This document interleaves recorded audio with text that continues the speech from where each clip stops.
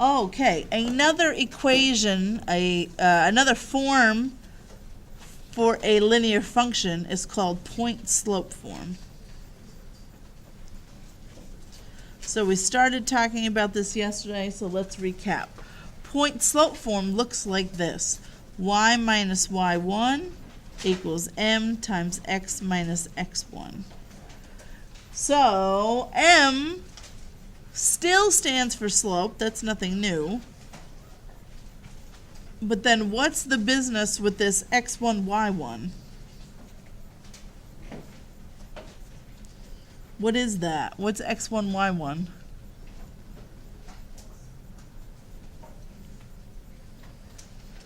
What does it stand for? Like m stands for slope. What do these numbers stand for? Yep.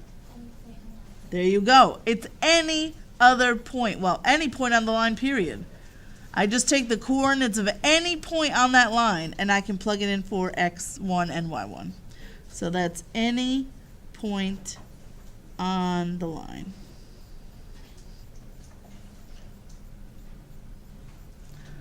So this equation, right, this form is nice to know when that's all I have. If all I have is one point and the slope, I want to use point-slope form. If I happen to have the slope and the y-intercept, I wouldn't necessarily use this form. I'd probably use slope-intercept. It depends on what information you're given, which form you use, right? So, I want to be able to extract the same information that I did for slope-intercept. So, the first thing I asked you to, let's do an example problem. Let's do number 11 together. So number 11 looks like y plus 3 equals negative 8 times x minus 1. Okay, so you know what, maybe it'll be helpful. Let me write the equation right on top of it. Y minus y1 equals m times x minus x1.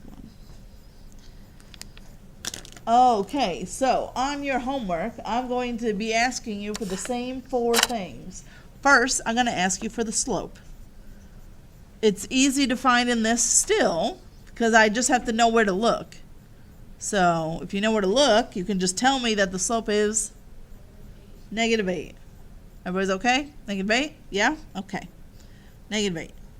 B, the y-intercept. This isn't as easy as it was in slope-intercept. This doesn't just tell me where the y-intercept is. I don't get to just look at this and have an answer. But I know how to find it. How do you find a y-intercept?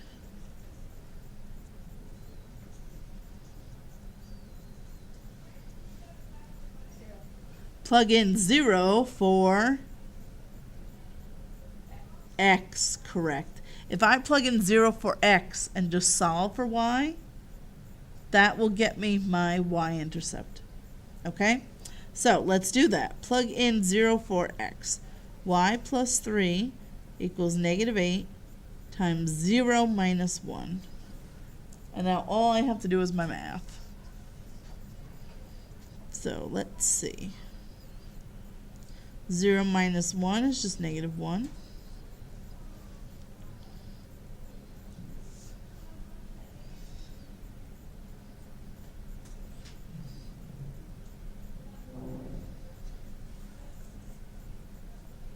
Did you get 5 like I did? Oh, okay, perfect. So now I have the answer to B. So it was 0, 5. Sure. So when I'm writing like this, it would be y equals or f, like, and then x. Like, you know what I mean? Like, would it be y equals something, or would it be like f with that x? Oh, it doesn't matter. You can do either way. And then, see how I remember like how you can find the pattern looking down, but would it be the same thing as writing like y equals x like minus 1? Like, would that be like the right way to write Whatever this is going down by is the number you put in front of the x. that? Oh, okay. I think that was so interesting. You can actually stay here and finish if you want. Grab my Oh, okay. All right. So anyway, there's B. And then C, you had to find the x-intercept, but you already know how to do that, right? How do you find the x-intercept? Plug in 0 for y. Plug in 0 for y. Okay, so we'll do that. So that would be 0 plus 3 equals negative 8 times x minus 1. And now we just solve for x.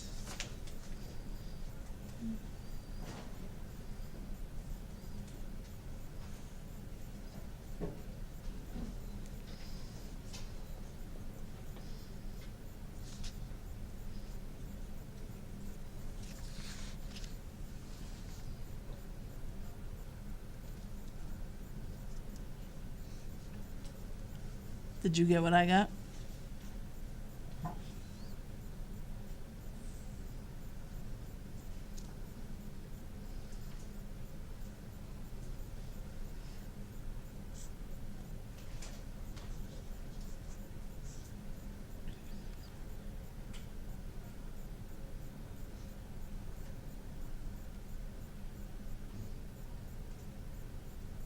Did everybody get that? Okay. So now, your last thing that I ask you for is any other point on the line. So any other point on the line. This, when you have an equation in point slope form, you can just look at it and tell me a point on this line. This is where we kind of got stuck yesterday. Remember, x1 comma y1 is just a point on the line. You don't have to do any math. It's right here. You just have to be able to pull out the right pieces. So, I know I want x comma y. Let's see if you remember from yesterday what that ordered pair would have to be. What's x1 really?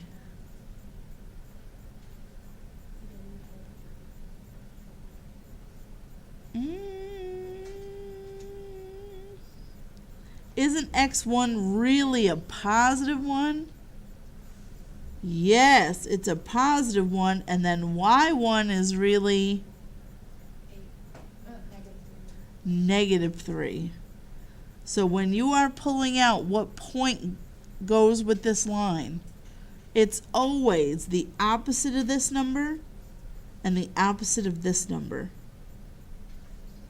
because of the way that the formula is, because they're both minuses. So if I plug it back in, if I plug 1 back into my original formula, right, wouldn't that turn into x minus 1, which is exactly what you see here? And then if I plug in negative 3 for y1, minus a negative 3, that's how it got to be plus. That's why you have to take the opposite. So it's always the opposite of what you see, comma, the opposite of what you see. Always for point slope form. So there's my answer to D, 1 comma negative 3.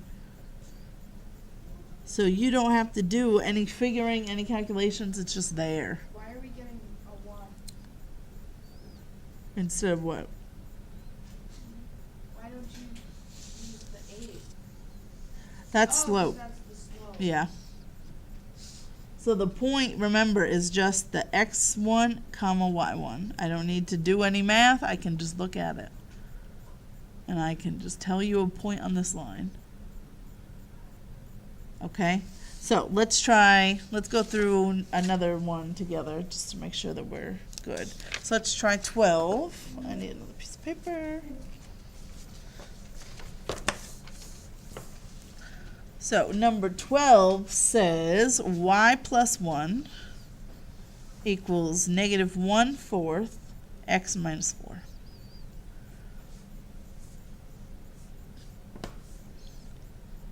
Okay, so the first thing I need to find is slope. What's the slope? Negative 1/4. Easy, done, we like that. B, I need to find the y-intercept. To find the y-intercept, I plug in 0 for x correct. So I'll do y plus 1 equals negative 1/4 0 minus 4. Okay, so everybody go ahead and find the y-intercept and we'll see if we match.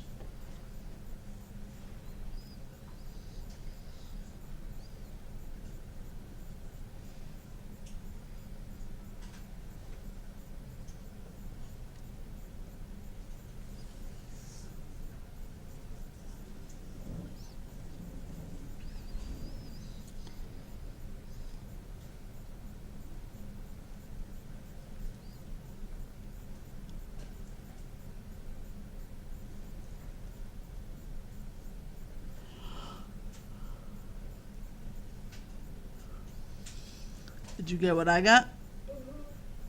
So I actually am going to be able to, if I plugged in 0 for x and I got out 0 for y, when I go to do part C, the x-intercept, you actually already know the answer.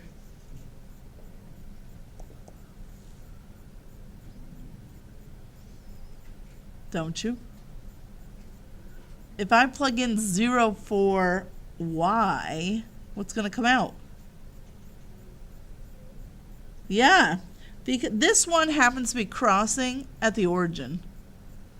I don't know what the rest of the line looks like, but think about it. If a line crosses at the origin, that's its x and y intercept. So that doesn't normally happen, but it happened this time.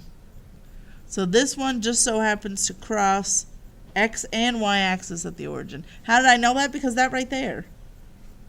Right? Normally we get 0 comma some other number, but I didn't this time. I got the origin, which means that the x-intercept is also the origin. So you save yourself a little bit of work on this one. But now in line D, or part D, I want a point on the line that's not one of the intercepts. So you can just look at the original and tell me a point on this line. Just by looking. You don't have to do any figuring. Taylor. Perfect. 4, negative 1. Do you see that? It's always the opposite of that number, comma, the opposite of that number. So positive 4, negative 1. That's pretty much it. I just want to show you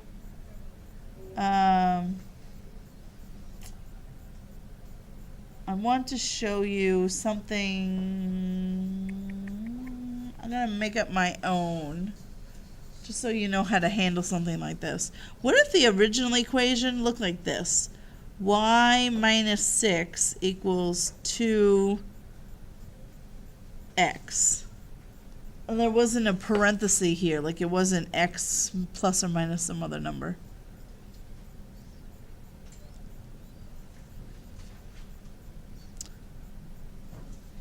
What would you do with something like that?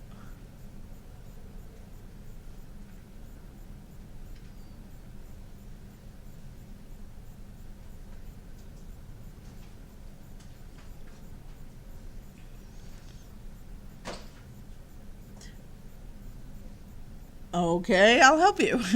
You have a couple of options. You could just add 6 to the other side and then it would be in slope-intercept form. And you'd have y equals 2x plus 6. And then you could go about it like that. Or, this is point-slope form. It's just that the slope is 2 and there's no parentheses here. So what number must have been here? A 0. So it's just going to be 0 comma positive 6. That's all. Same thing if you had something like y equals negative 2/3 x minus 4. That is point-slope form. There's my slope. It's just that my point would be positive 4 comma what? 0, because there's no other number here. That's all. Does this make sense? Are we okay? Is everybody all right? Okay.